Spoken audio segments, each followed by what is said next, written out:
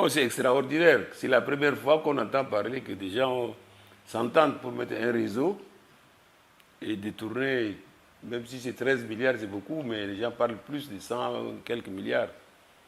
Et nous sommes dans une phase de transition et nous savons les difficultés que les gens ont. Le peuple tchadien souffre. Les gens n'ont pas laissé, n'ont pas de l'eau.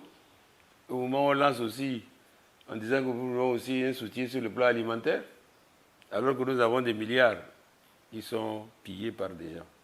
Ça pose un problème réel. Et ça discrédite même notre transition. Là, je parle vraiment en connaissance de cause.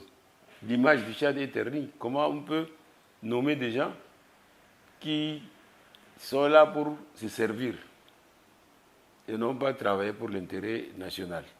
Donc c'est une grande question et je pense que le président du CMT, dans sa déclaration, a dit qu'il va tout faire pour que cet argent soit récupéré. Il nous a parlé de 80% qui sont déjà récupérés, mais qui sera aussi intraitable par rapport à ceux qui ont détourné cet argent-là. Donc, au moment où on parle, les enquêtes ne sont pas finies, on ne peut pas aller vite en besoin, mais il faut quand même que ça ait une suite judiciaire.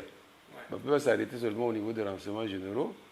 Il faut que ça soit transparent et que le peuple tchadien puisse être suffisamment informé et que des mesures drastiques soient prises pour éviter que nous soyons dans cette situation-là. Au moment où même nous demandons à des partenaires de nous aider pour organiser les dialogues nationaux inclusifs, voilà, nous avons des milliards qui sont là et qui sont pillés, qui sont pris pour être orientés dans des secteurs privés, alors que l'État même n'a pas les moyens d'organiser tout seul ces dialogues inclusifs. Donc c'est quand même une réalité.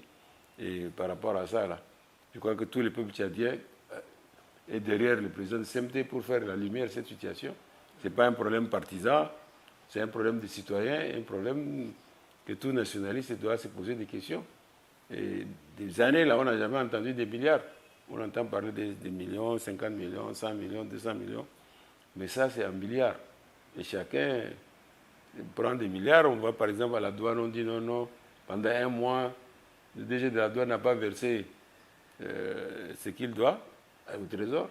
Donc il faut même ça, il faut revoir. Le fait d'aller verser dans les banques là même, là, il faut revoir cette question et voir comment on ne peut pas mettre directement cet argent dans les trésors. Au trésor, et que, comme d'habitude, le trésor délivre RSU. Et c'est mieux comme ça que de mettre à la disposition des banques et que finalement, ce sont les DG et des gens qu'on a placés dans les différents régimes qui utilisent ça dans leurs propres intérêts.